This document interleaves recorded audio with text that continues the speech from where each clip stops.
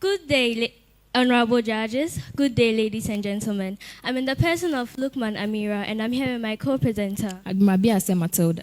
And we are here from West Africa Advisory Board, here to educate and teach all of you on how to learn and plan effectively for university. So I would like to share with you a scenario regarding Amma.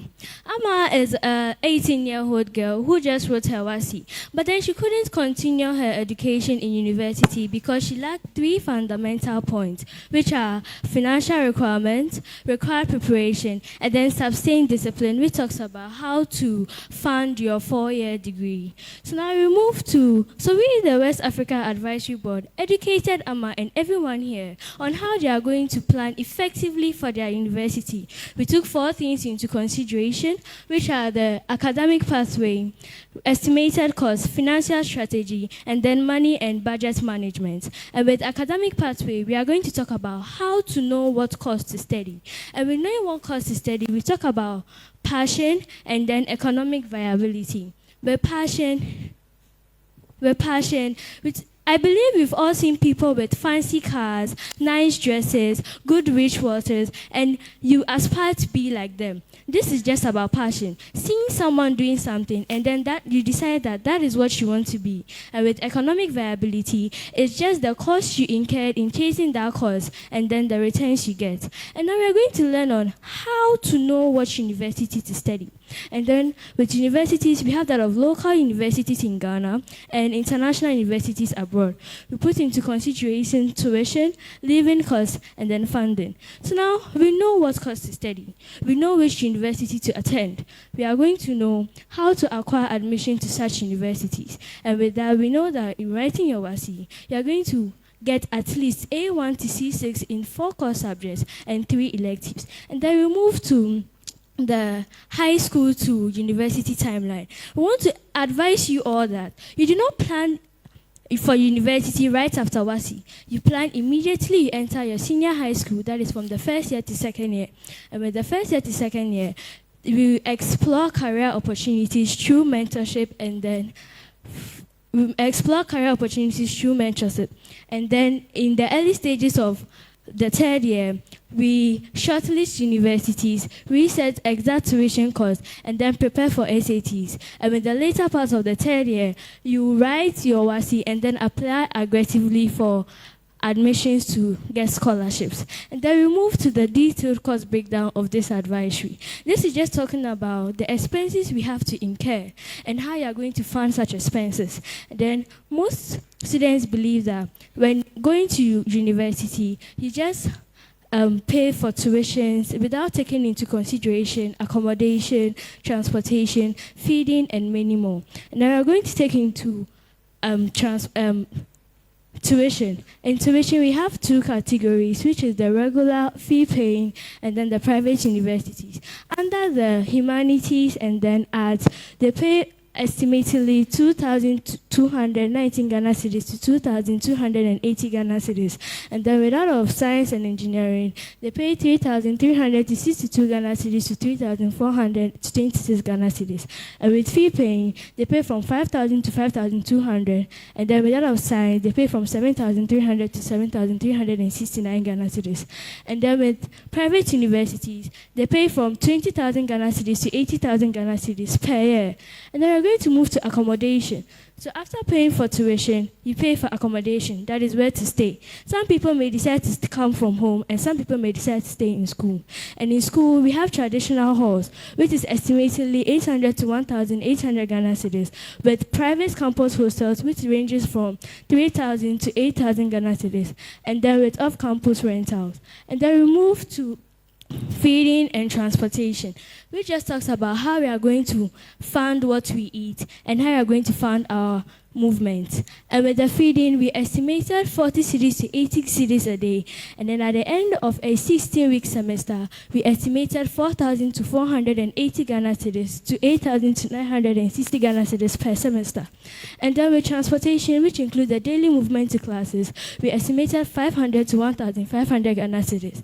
And then we moved to technology, and academic resources, which just talks about getting laptops, smartphones, and even data for research purposes. And then we move to the miscellaneous expenses, which includes buying of groceries, toiletries, clothes, and grooming, which just talks about changing your hairstyle and your look. I hand over to my co-presenter to continue.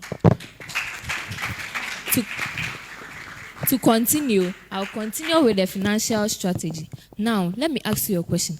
Do you think one source of income can be able to fund your 3 to 4 year stay at university? No. This is where you can diversify. You can diversify through primary sources, active sources, institutional sources, and then community sources. For the primary sources, we take into consideration parental guidance or support.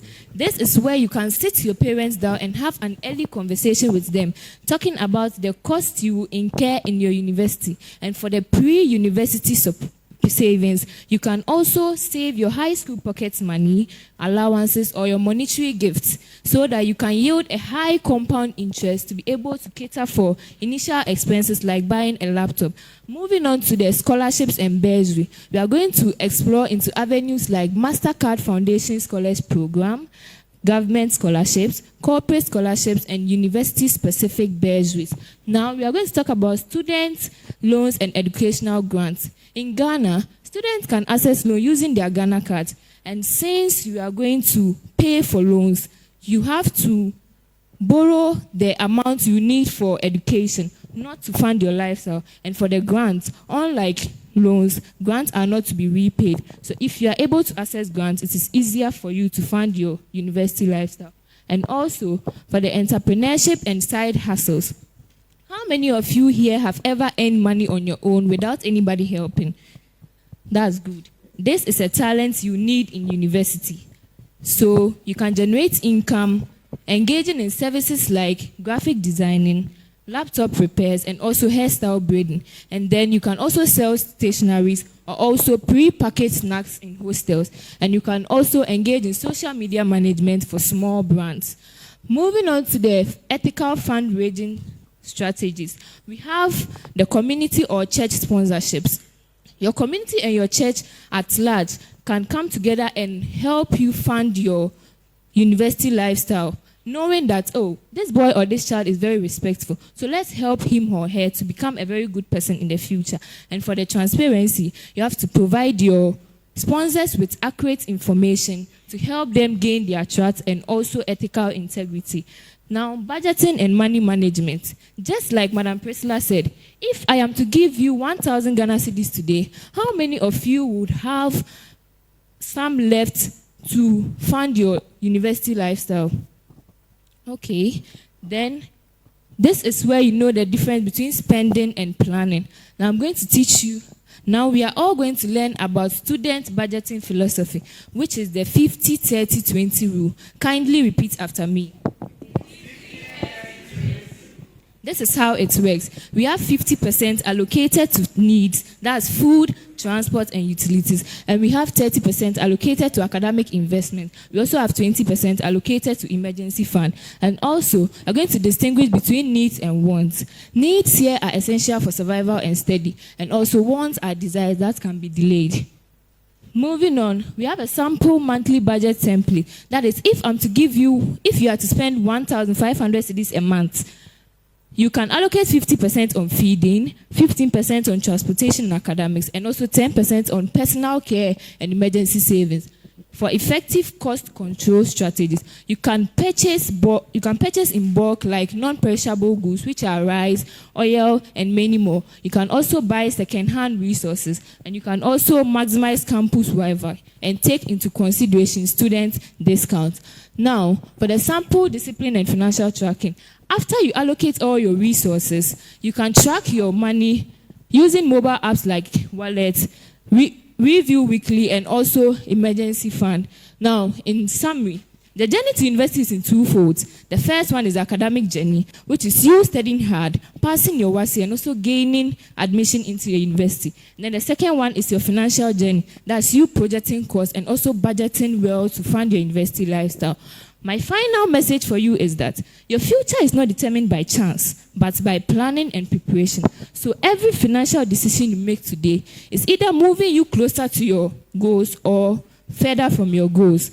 So with discipline, focus, and right mindset, even small resources can lead to bigger opportunities. So build a future that can last for generations. As we live here today, remember, every cedi you spend, every plan you make, and every decision you take is building the future that you want. So start small, think big, and plan wisely. Thank you. A round of applause.